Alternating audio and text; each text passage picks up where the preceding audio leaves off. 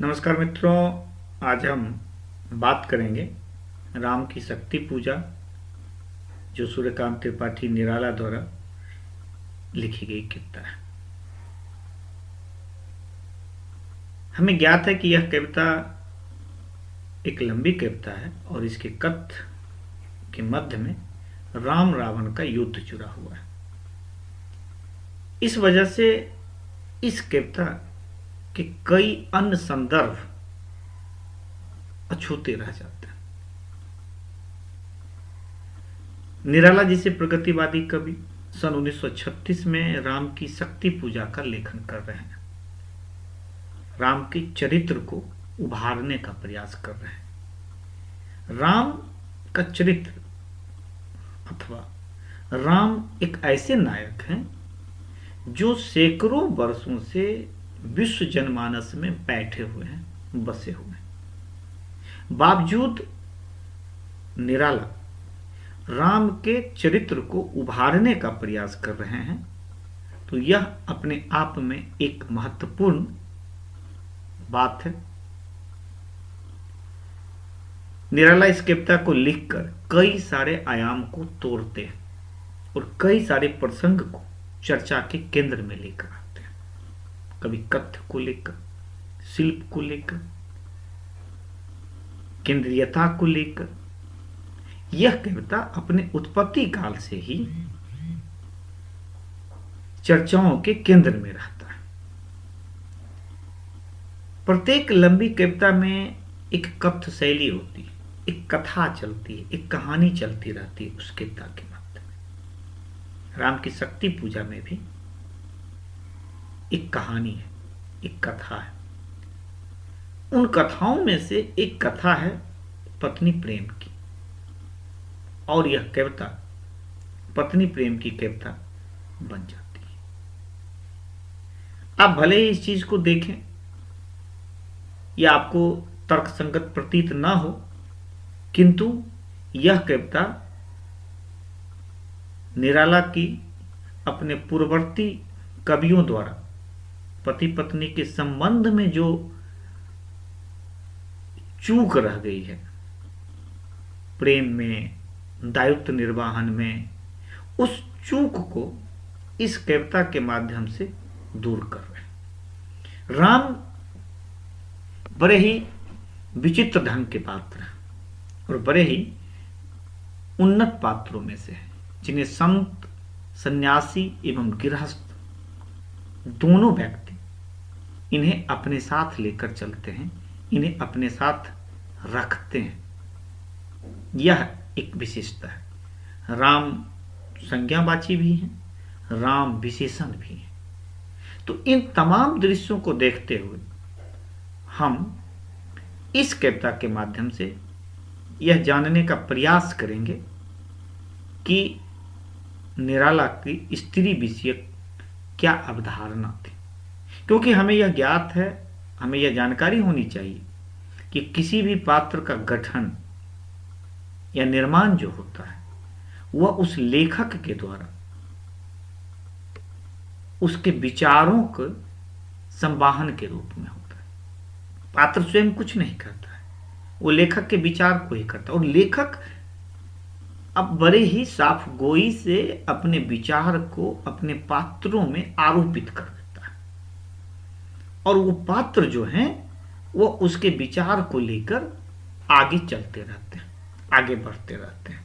अब कई दफे पे आप देखेंगे कि पात्र प्रत्यक्ष रूप से आपको पता चलेगा कि ये पात्र लेखक अथवा कवि के विचारों को लेकर चल रहा है। लेखक कभी किसी स्त्री पात्र के माध्यम से हो सकता है, कभी किसी बच्चे के पात्र के माध्यम से हो सकता है, कभी किसी स्थान वाची पात्र के माध्यम से भी अपने विचार को रख रहा होता है। ये लेखक के कलात्मक क्षमता पर निर्भर करता है। इस प्रसंग राम की शक्ति पूजा एक पौराणिक कथा है। निराला ने अपने कल्पना योग से आधुनिक संदर्भ में इस कथा को कहने की जो बात की है, जो कला विकसित की है, वो अपने आप में काफी महत्वपूर्ण कला है। कविता के केंद्र में कई बिंदु हैं। कई बिंदुओं से मेरा तात्पर्य यह है कि यह राम रावण युद्ध की पृष्ठभूमि है। आलोचक ऐसा भी मानते हैं कि राम के आंतरिक और बाह्य द्वंद्व का चित्रण इस कविता के मामले में हुआ। कई दफे लोग यह भी कहते हैं कि निराला का जो मानस द्वंद्व है, जो उनके अंतर्मन में द्वंद्व चल रहा है, और बाहर की परिस्थितियों का जो द्वंद्व है, वह भी इस कविता में मुख्य रूप से सामने आया है। स्वतंत्रता संग्राम का काल था और आज़ादी प्राप्त करने के लिए जो हमारी लड़ाई थी वो अपनी चरम अवस्था में, क्योंकि अब इसके तुरंत करीब 11 वर्षों बाद आप देखते हैं, 1 दशक बाद देश स्वतंत्रता से आज़ाद होता है। तो इन सभी संदर्भ को आप इन कविताओं में देख सकते हैं बारी बारी से। इन संदर्भों को आप प्रतीक के तौर पे भी देख सकते हैं। लेकिन मैंने इस कविता को पढ़ते हुए जो महसूस किया, उसमें एक संदर्भ यह भी आता है कि यह कविता पत्नी प्रेम की कविता है। अब जब देखेंगे कि निराला इस कविता के माध्यम से जब फ्लैशबैक में ले जाते हैं राम को, तो राम याद करते हैं, उन दिनों को याद करते हैं जब सीता से उनकी पहली मुलाकात होती है। वो जनक की फुलवारी को याद करते हैं, आंखों से आंखों के मिलने को याद करते हैं, और अपने आप को टूटने, थकने और हारने के बाद जो राम सबसे ज्यादा चिंतित होते हैं, उसमें यही पंक्ति दोहराते हैं कि जानकी हाय उद्धार प्रिया का हो न सका। तो यह जो संदर्भ है, यह कविता को एक गति देता है और राम के पत्नी के प्रति निष्ठा को प्रदर्शित करता है। राम काव्य परंपरा के आदि कवि वाल्मीकि हैं, और वहां से आप देखेंगे तो निराला तक में राम के विभिन्न चरित्र को अपने अपने ढंग से लोगों ने दिखाने का प्रयास किया। हम हमेशा इस तथ्य पर आपका ध्यान आकर्षित करना चाहते हैं कि कोई भी रचना हमेशा रचनाकार के तत्कालीन परिस्थितियों को भी प्रस्तुत करता है, और वो अपने पात्रों के माध्यम से अपने विचार रखता है। तो हम इस प्रसंग में वाल्मीकि रामायण के राम की अवधारणा को जानेंगे। हम यह भी जानेंगे तुलसी के राम की अवधारणा क्या है। कृत्तिवास जो कि इस कविता का उपजीव्य काव्य है, उसमें राम की अवधारणा क्या है कृत्तिवास की नजरों से। तुलसी में राम की अवधारणा और निराला में राम की अवधारणा, ये सभी अवधारणाएं नारी के प्रति किस तरह से हैं, और निराला इन तमाम अवधारणाओं के होते हुए अपना जो एक मापदंड स्थापित करते हैं, वो उनके जीवन को भी और काव्य जगत को भी दो भिन्न भिन्न पहलुओं से नहीं, बल्कि दोनों को एक पहलुओं से देखने का प्रयास करता है। अब वाल्मीकि रामायण में देखेंगे कि विचार कैसे क्या हो सकते हैं और किस प्रकार के विचार वाल्मीकि के राम सीता के संबंधी रखते हैं। अब पूरे दृश्य को एक दफे देखने का प्रयास करेंगे वाल्मीकि के रामायण में क्या हो रहा है। वाल्मीकि रामायण में वाल्मीकि के राम ने अपनी सीता के संबंध में जो विचार है वो इस प्रकार से दे रहे हैं कि मर्त्यलोक में ढूंढने पर सीता जैसी दूसरी स्त्री मिल सकती है, परंतु लक्ष्मण के समान सहायक और युद्ध कुशल भाई नहीं। इतना ही नहीं, वो इससे और थोड़ा आगे बढ़ते हैं और कहते हैं कि युद्धोपरांत सीता से वो फिर पुनः कहते हैं कि तुम्हें मालूम होना चाहिए कि मैंने जो ये युद्ध का परिश्रम उठाया तथा इन मित्रों के पराक्रम से जो विजय पाई है, यह सब तुम्हें पाने के लिए नहीं है। अब आप सोच सकते हैं कि एक पत्नी को पति के द्वारा अगर इस तरह के शब्द कहे जाए तो उसकी मर्यादा, उसके सम्मान को कितना बड़ा ठेस पहुंचता है। फिर ये युद्ध क्यों, किस लिए? राम आगे उसका व्याख्या करते हैं कि उन्होंने युद्ध क्यों लड़ा। कहते हैं कि सदाचार की रक्षा, सब और फैले हुए अपवाद का निवारण तथा अपने सुविख्यात वंश पर लगे हुए कलंक का परिमार्जन करने के लिए यह सब मैंने किया। तुम्हारे चरित्र में संदेह का अवसर उपस्थित होता है। फिर भी तुम मेरे सामने खड़ी हो, जैसे आंख के रोगी को दीपक की ज्योति नहीं सुहाती, वैसे ही आज तुम मुझे अत्यंत अप्रिय जान पड़ती हो। अतः जहां तुम्हारी इच्छा हो चली जाओ, मैं अपनी ओर से तुम्हें अनुमति देता हूं।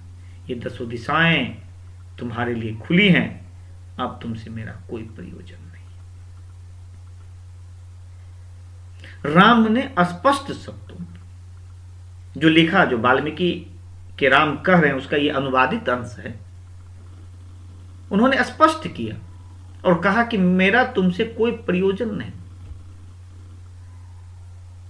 आप सोच सकते हैं जानकी पर किस तरह का आधार पर होगा। हम इससे थोड़ा और आगे बढ़ते हैं और हम देखते हैं वाल्मीकि रामायण के बाद कृत्तिवास रामायण पर, जो इस कविता का उपजीव्य है। और इस संबंध में जो कथन उल्लेखित हुआ है वह कमोबेश वाल्मीकि के कथन में ही सिर्फ शब्दों का हेरफेर है, भावार्थ वही है। कृत्तिवास का भी उस तत्कालीन समाज में नारियों के प्रति क्या स्थिति है, आप वह भी देख सकते हैं कि तुम जैसी नारी की मुझे कोई आवश्यकता नहीं। तुम्हें फिर से तुमको ग्रहण करने में मेरे मन में शंका हो रही है। जहां भी तुम्हारा जी चाहे चली जाओ और कहीं जाकर रहो। अगर तुम राक्षस के घर में पड़ी रहती और तुम्हारा उद्धार न हो सकता तो तीनों लोक मेरी बदनामी होती। तुम्हारे उद्धार से मेरा अपयश दूर हुआ। कृत्तिवास के राम किस तरीके से, किस परिस्थिति से अपनी बात रख रहे हैं यह देखिए। वो कहते हैं कि तुम पड़ी रहती रावण की यहां राक्षस के घर में, तो मेरा जो सुविख्यात वंश था, तीनों लोक में मेरी बदनामी हो जाती इस वंश की। इसलिए मैंने ये युद्ध लड़ा, तुम्हें मुक्त कराया, और तुम्हारी मुक्ति के बाद मेरा अब तुमसे कोई प्रयोजन नहीं है। तुम जा सकती हो और तुम्हारे उद्धार से मेरा अपयश दूर हुआ। मध्यकालीन संत एवं रामचरितमानस रचनाकार तुलसीदास, कई तरह की भ्रांतियां तुलसीदास को लेकर है और लोग कहते भी हैं। कई पदों की व्याख्या अपने अपने तरीके से लोग करते हैं और नारी विरोधी तुलसी को साबित भी करते हैं। मैं उन पदों पे ध्यान नहीं दूंगा, लेकिन एक पद जो तुलसी कहते हैं राम के मुख से कहलवाते हैं, उसमें बिल्कुल स्पष्ट है। परिस्थिति जो भी रही हो, परिस्थिति यही है कि लक्ष्मण मूर्छित हैं, राम विलाप कर रहे हैं, और राम के मुख से जो तुलसी ने कहलवाया, जो उचारा है कि नारी हानि विशेष क्षति नहीं, ये भी दुख उभर कर सामने आता है।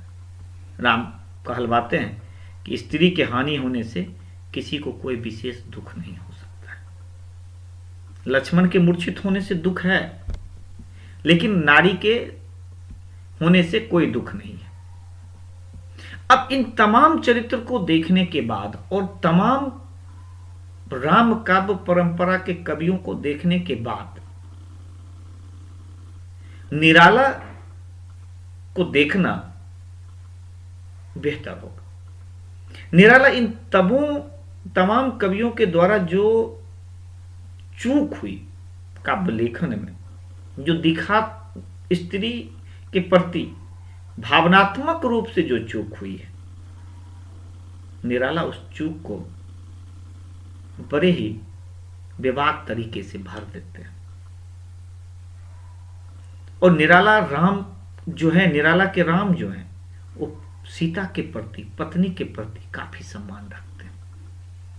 वो सीता की मुक्ति को लेकर विचलित हैं। कई दफे वे स्वयं को धिक्कारते हैं, रोते हैं। और निराला इस पूरी कविता में उन्हें अपने आप को धिक्कारते हुए और रोते हुए दिखाया। एक दफे नहीं, पूरे प्रसंग में 3 दफे राम को रोते हुए दिखाया। पहली बार निराला लिखते हैं कि भावित नैनों से सजल गिरे 2 मुक्तादल। वहीं दूसरी बार लिखते हैं कुछ बूंद पुनः ढलके दृग जल। निराला इससे भी संतोष में नहीं भरते हैं, तो अंत में लिखते हैं कि तीसरी बार निराला करें कि भर गए नयन द्वय, कि राम का बार बार आंखों का भरना। और वो भरना किस लिए है, वो रोना किस लिए है, उसके पीछे का सिर्फ और सिर्फ एक ही मकसद है कि जब राम के मन में निराशा प्रवेश कर गई तो उस समय उन्हें सहारा देने वाला कोई नहीं था, उन्हें उनकी बात सुनने वाला कोई नहीं था। स्त्री सिर्फ पत्नी नहीं होती है, पुत्री नहीं होती है, मां नहीं होती है, बल्कि एक ऐसे साथी के रूप में होती है जो व्यक्ति को बुरे वक्त में संबल प्रदान करती है, शक्ति प्रदान करती है। वो कहती है कि तुम रहो, डटे हुए रहो, हम तुम्हारे साथ हैं। और वहां से व्यक्ति अपने जीवन को एक गति प्रदान करता है। गिरा हुआ व्यक्ति, थका हुआ व्यक्ति, हारा हुआ व्यक्ति भी उठता है और आगे बढ़ने के लिए और चल पड़ता है लक्ष्य की तरफ, लक्ष्य भेदने की तरफ। राम निरुपाय हो गए। निराला का तात्पर्य कि राम का बार बार आंखें भर आना इस बात का प्रतीक है कि निराला सीता के प्रति कितना बड़ा प्रेम भाव लेकर चलते हैं, कितना प्रेम रखते हैं सीता को लेकर। धिक जीवन जो पाता आया विरोध, धिक साधन जिसके लिए सदा ही किया शोध, जानकी हाय उद्धार प्रिया का हो न सका। यह जो पंक्ति है इसमें निराला इस दृश्य के प्रति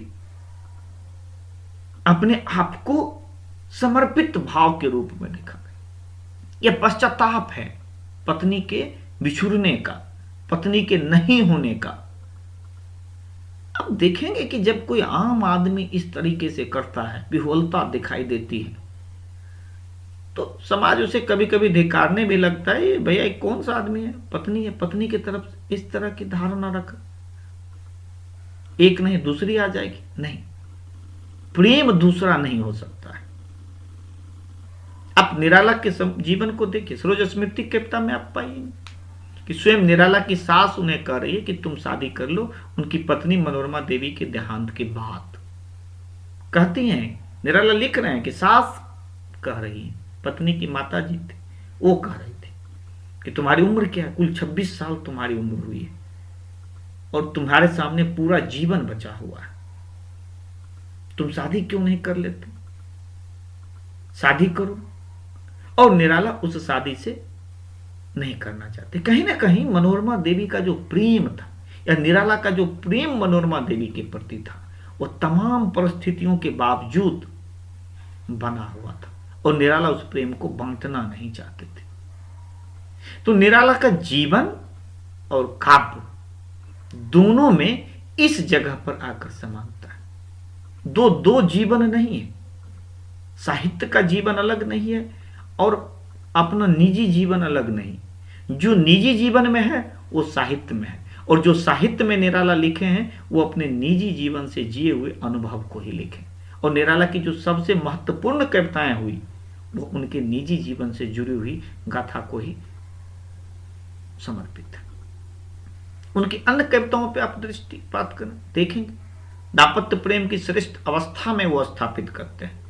पंचवटी प्रसंग को आप देखिए, राम लक्ष्मण के द्वारा शूर्पणखा सुंदरी होती है, रूपसी रहती है, राम रावण को आकर प्रेरित करती है, प्रेम निवेदन करती है।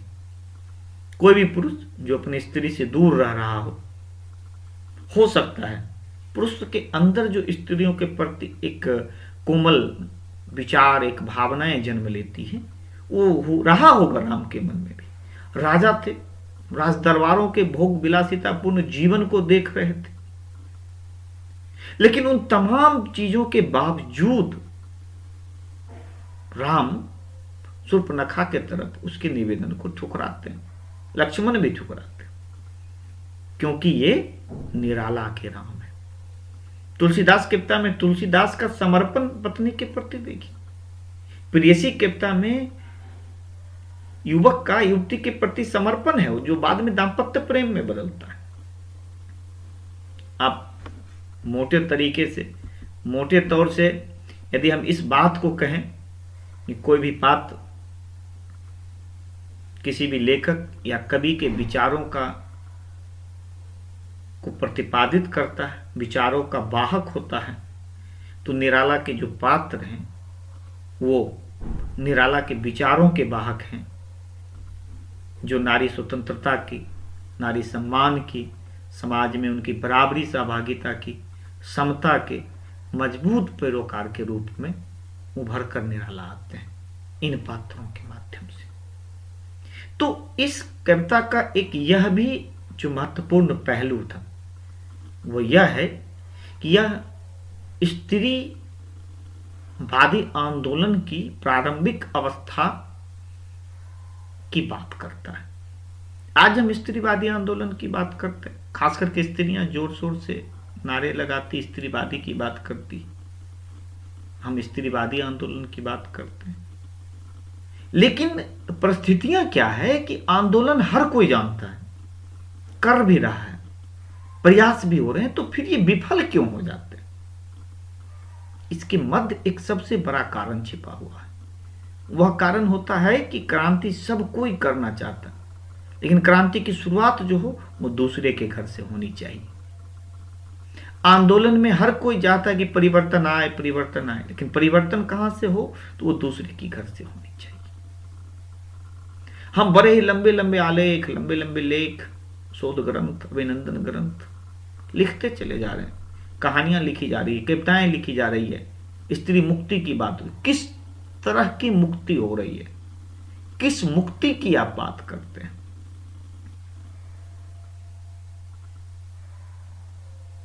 बात है सम्मान देने की, बात है समता के रूप में ग्रहण करने की। और ये विचार, ये सम्मान देने की परंपरा हम अपने अपने घर से शुरू कर सकते हैं, और फिर परिवार से समाज का निर्माण होगा। समाज ही का बृहत समूह देश का निर्माण करता है, देश का बृहत समूह विश्व का निर्माण करता है। तो परिवर्तन के बुनियाद में क्या है? तो परिवर्तन के बुनियाद में परिवार है। और निराला प्रगतिवादी धारा के कवि हैं ऐसा नहीं है, निराला वास्तव रूप से, वैचारिक रूप से प्रगतिवादी। उनका प्रगतिवाद वैचारिक रूप से है, और वो अपने घर से इसकी शुरुआत करते हैं, वो अपने घर से इस दृश्य को देखना चाहते हैं। तो ये जो शुरुआत हुई है वो निराला के घर से शुरुआत है। मनोरमा देवी को समता, समानता, स्वतंत्रता का अधिकार निराला ने दिया था, और वो चीज निराला अपने पात्रों के माध्यम से अपनी कविताओं में रखते हैं। तो यदि हम कहें कि पूर्ववर्ती राम काव्य परंपरा के कवियों में और निराला में युग बोध का अंतर है, इस वजह से स्त्री पुरुष के प्रेम में जो है वह अल्पज्ञता दिखाई देता है। तो निराला के समय तक भी स्थितियां विस्तृत रूप से सुधरी नहीं थी, उन्मुक्तता हुई थी। स्त्रियां समाज में अपनी सहभागिता प्रदर्शित कर रही थी, और निराला उस सहभागिता को मजबूती के साथ अपना पक्ष उस सहभागिता में रख रहे थे, उन्हें वह सम्मान दे रहे थे। तो कहीं ना कहीं इस पूरे प्रसंग में राम और सीता के बीच के प्रेम के माध्यम से, पत्नी प्रेम के माध्यम से निराला पूरे स्त्रीवादी समाज और स्त्रियों के प्रति सोच को एक आयाम देते हैं, एक मंजिल देते हैं, और स्त्रीवादी आंदोलन के प्रमुख पूर्ववर्ती विचारकों में निराला का नाम इस वजह से शुमार किया जा सकता है। ये हमारा इस प्रसंग में विचार था। धन्यवाद।